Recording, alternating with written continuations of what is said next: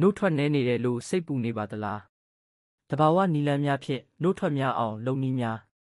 နှုတ်တိုက်မိခင်တော်တော်များများဒီပြဿနာကိုကြုံတွေ့ရလေရှိပြီးသတင်းကောင်းကတော့တဘာဝနီလန်းတွေနဲ့နှုတ်ထွက်များအောင်လုပ်လို့ရပါတယ်အခြေခံကစားကြရအောင်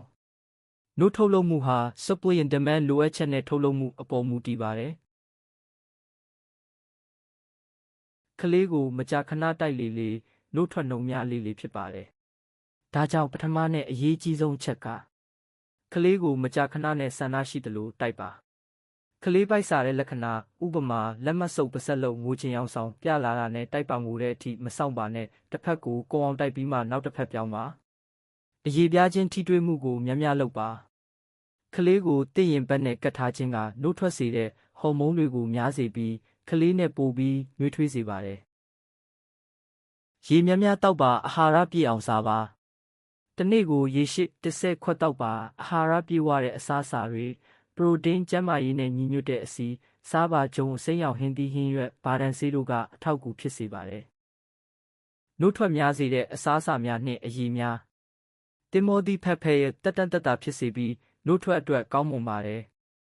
အုံနှုတ် coconut milk နှုတ်ထွက်ကိုတိုးစေနိုင်ပါတယ်ပဲမျိုးစုံ beans lentils chickpeas တန်တက်နေသောမိခင်များအတွက်အထူးကောင်းပါတယ်ဆန်ညို brown rice စွမ်းအင်ပေးပြီးနှုတ်ထွက်တိုးစေနိုင်ပါတယ်ပဲနို့ soy milk တက်ထုတက်များစွာပါဝင်ပြီးနှုတ်ထွက်တိုးစေတတ်ပါတယ်နွားနို့ protein များစွာပါဝင်ပါတယ်အာလူးမနလာသည့်ငရုတ်သီးဗီတာမင်တိုးပေးပြီးကောင်းမွန်သောအာဟာရငါးငုတ်သီးချောက် dried anchovies ဓာတ်စာကျွဲဝပြီးနှုတ်ထွက်အတွက်အထောက်အကူဖြစ်ပါတယ်နှုတ်တိုက်နေစဉ်ရင်သားကိုဖြည်းညှင်းစွာညှစ်ပေးပါနှုတ်တိုက်နေစဉ်ရင်သားကိုဖြည်းညှင်းစွာညှစ်ပေးခြင်းကနှုတ်ထွက်စီးမှုကိုပိုကောင်းစေပြီးကလေးကိုဆက်တိုက်စေပါတယ်ညဘက်တိုက်တာကိုမကြော်ပါနဲ့ညဘက်မှာနှုတ်ထွက်ဟော်မုန်းတွေပိုထွက်ပါတယ်နှုတ်ထွက်ကောင်းဖို့ညဘက်တိုက်တာကအရေးကြီးပါတယ်အနားယူပါစိတ်ဖိစီးမှုကိုလျှော့ပါမောပန်းခြင်းစိတ်ဖိစီးခြင်းတွေကနှုတ်ထွက်နှုံးကိုကျစေပါတယ်ကလေးအိတ်တဲ့အခါအိပ်ပါအကူအညီတောင်းပါအသက်ပြင်းပြင်းရှူတာလမ်းအနေငယ်လျှောက်တာလိုမျိုးစိတ်သက်သာစေတဲ့အလုပ်တွေလုပ်ပါနှုတ်တိုက်ပြီးချိန်နှုတ်ဆုပ်ဆက်သုံးပါနှုတ်တိုက်ပြီးတိုင်းနှုတ်ဆုပ်ဆက်သုံးခြင်းကနှုတ်ထွက်ကိုပိုများစေပါတယ်နှုတ်အနေငယ်ပဲထွက်ရင်တောင်တင့်ခန္ဓာကိုယ်ကိုနှုတ်ပိုထုတ်ဖို့အချက်ပေးရရောက်ပါတယ်တတိယပါ